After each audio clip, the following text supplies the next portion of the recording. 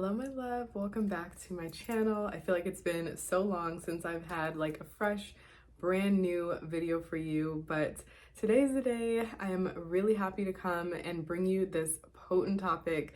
I actually did a live stream on this topic today and you guys loved it, and so I thought that it deserved a home here on YouTube, so I hope that you enjoy this.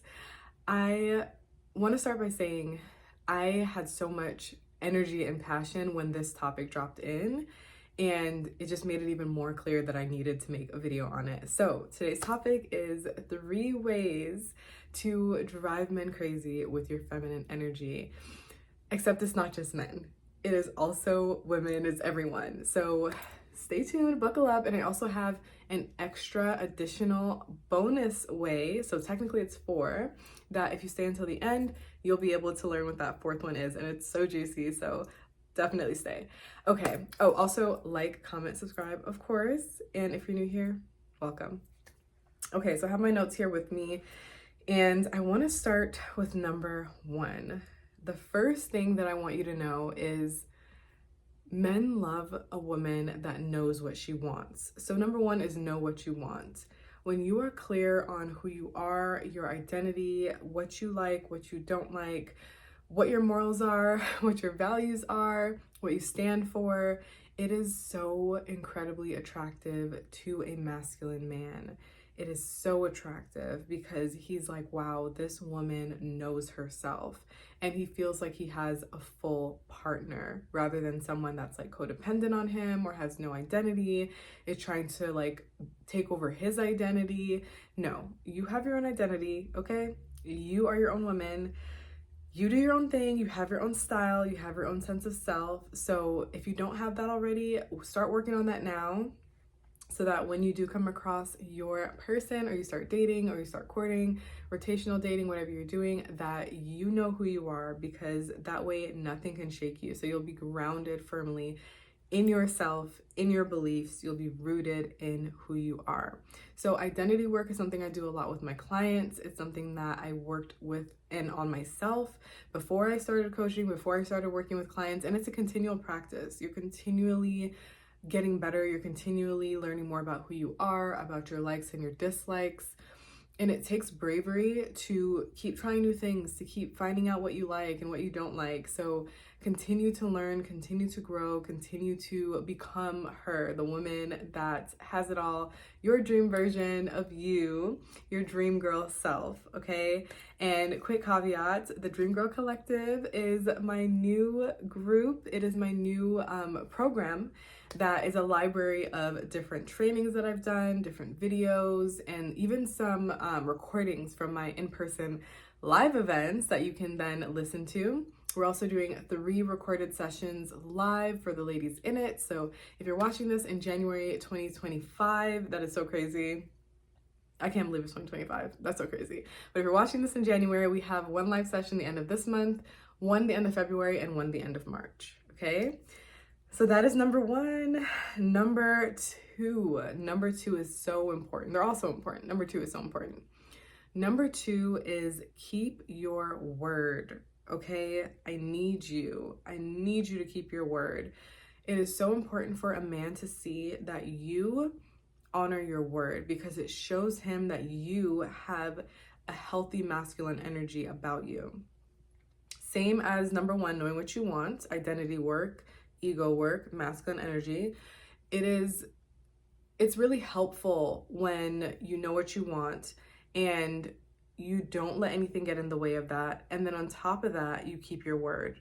When you keep your word to yourself, he knows that you have boundaries with yourself, and he respects your boundaries even more, and he respects you even more.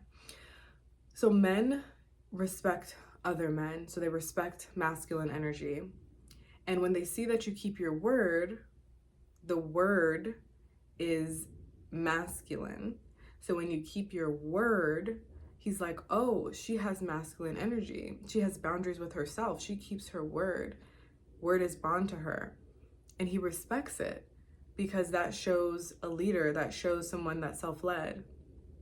So keeping your word and making sure that the words you speak are truth. are going to make a masculine man go crazy, are going to make him go crazy.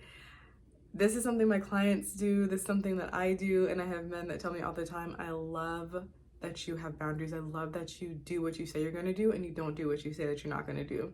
That you're clear on who you are, what you want, what your goals are, and you have a systematic approach to the way that you go about life, all aspects of life, including dating, courting, and relationships, okay?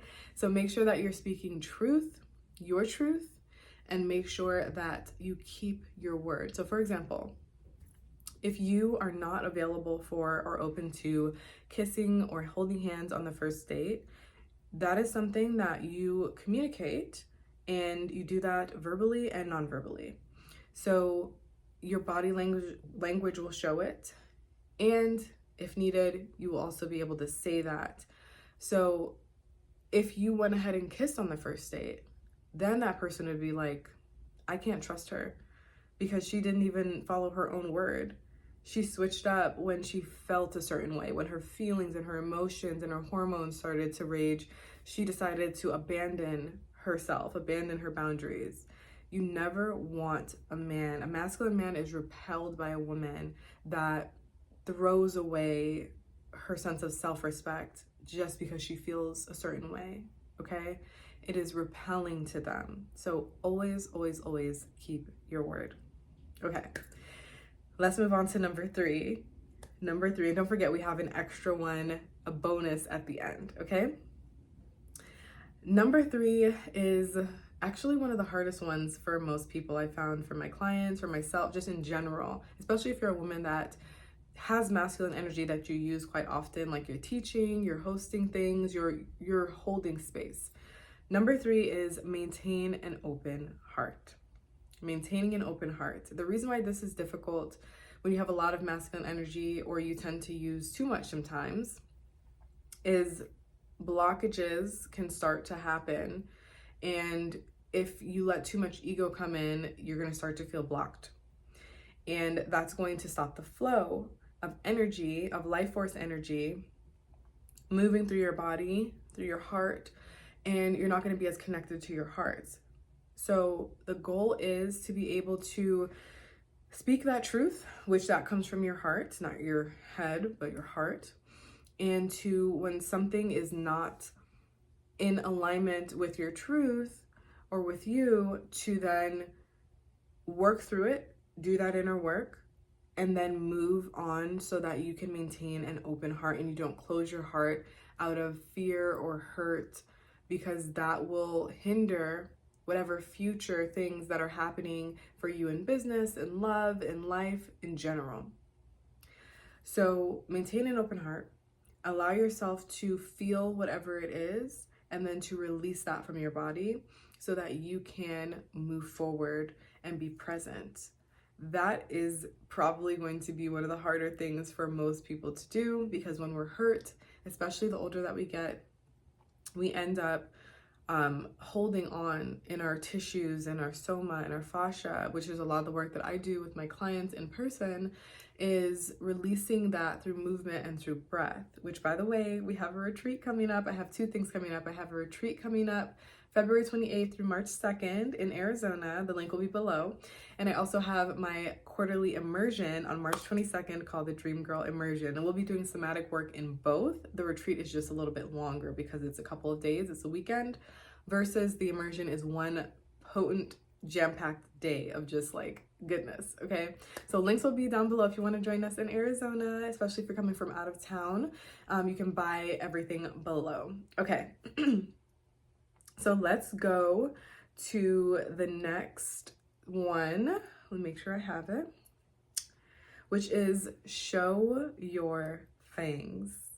Show your fangs. This is my favorite. This is a term that I came up with, an inner work term that I came up with, that basically is saying, hey, show your true emotion, show your true feelings in the moment. Don't try to hide it. Don't try to downplay it. Really show on your face, in your body language, how you're actually feeling, regardless of whether that's extremely happy or whether that's a little annoyed or whether that's like ew, like whatever it is, I want you to show those emotions for a couple reasons. Number one, it allows you to honor that emotion within yourself. So you're being real with yourself and you're allowing that to express however it chooses to express on the outside instead of being performative and not allowing it to show and trying to people please because, oh, will they like me if I show that I'm not happy with this? Will this change the way they see me? I should, be perfect. I should